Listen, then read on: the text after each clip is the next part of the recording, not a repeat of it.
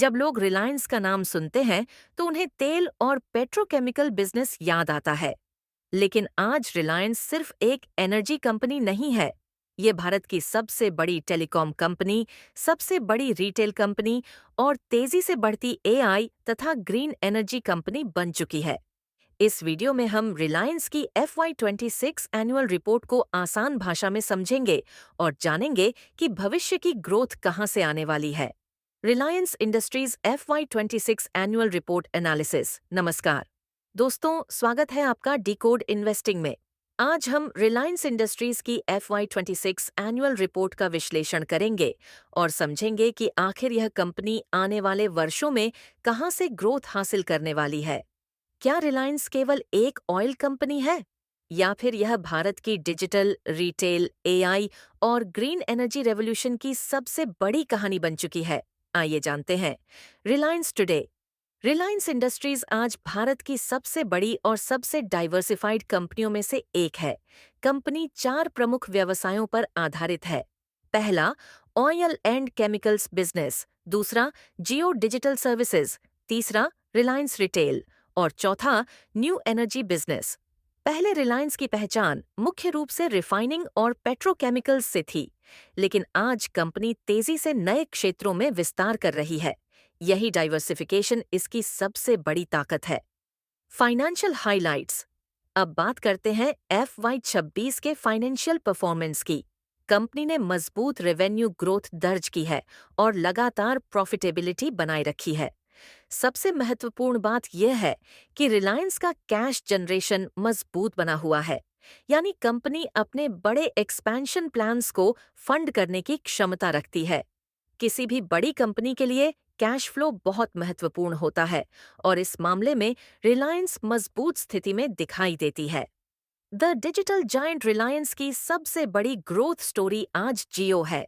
जियो ने भारत में telecom industry को पूरी तरह बदल दिया। लेकिन आज जियो केवल टेलीकॉम कंपनी नहीं है, ये एक डिजिटल इकोसिस्टम बन चुकी है।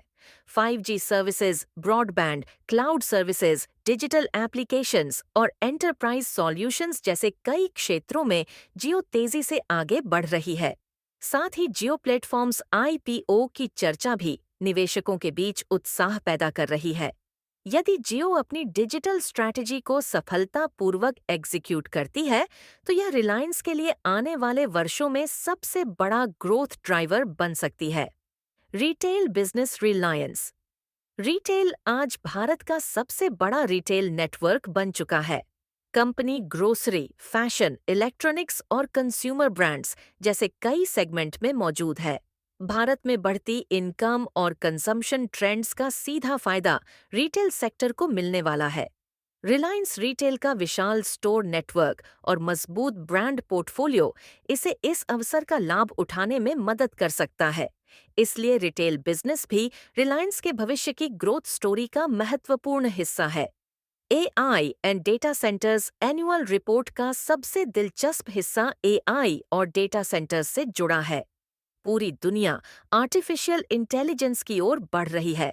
रिलायंस भी इस अवसर को पहचान चुकी है। Company AI infrastructure, cloud services और डेटा सेंटर बिजनेस में निवेश करने की योजना बना रही है। भारत में डेटा कंजम्पशन लगातार बढ़ रहा है, इसलिए डेटा सेंटर्स और डिजिटल इंफ्रास्ट्रक्चर भविष्य में एक बड़ा अवसर बन सकते हैं। यदि रिलायंस इस क्षेत्र में मजबूत स्थिति बना पाती है, तो यह आने वाले दशक की ग्रोथ स्टोरी बन सकती है। Green energy vision. अब बात करते हैं ग्रीन एनर्जी की। रिलायंस रिन्यूएबल एनर्जी सेक्टर में बड़ा निवेश कर रही है। Company solar manufacturing, battery storage और ग्रीन हाइड्रोजन जैसे क्षेत्रों पर फोकस कर रही है। पूरी दुनिया क्लीन एनर्जी की ओर बढ़ रही है। भारत भी रिन्यूएबल एनर्जी कैपेसिटी बढ़ाने पर जोर दे रहा है। ऐसे में रिलायंस इस बदलाव का लाभ उठाने की कोशिश कर रही है। हालांकि इस क्षेत्र में सफलता पाने के लिए समय और बड़े निवेश दोनों की आवश्यकता होगी। Investment conclusion. तो निवेशकों के लिए सबसे बड़ा सवाल है, क्या रिलायंस एक अच्छी लॉन्ग टर्म इन्वेस्टमेंट है? मेरे अनुसार रिलायंस की सबसे बड़ी ताकत इसके मल्टीपल ग्रोथ इंजिन्स हैं। जियो, रिटेल, एआई, डेटा सेंटर्स और ग्रीन एनर्जी आने वाले वर्षों में कंपनी की ग्रोथ को आगे बढ़ा सकते हैं। लेकिन निवेशकों को कुछ जोखिम भी ध्यान में रखने चाहिए। कंपनी भारी कैपिटल एक्सपेंडिचर कर रही है। नई योजनाओं की सफलता काफी हद तक एग्जीक्यूशन पर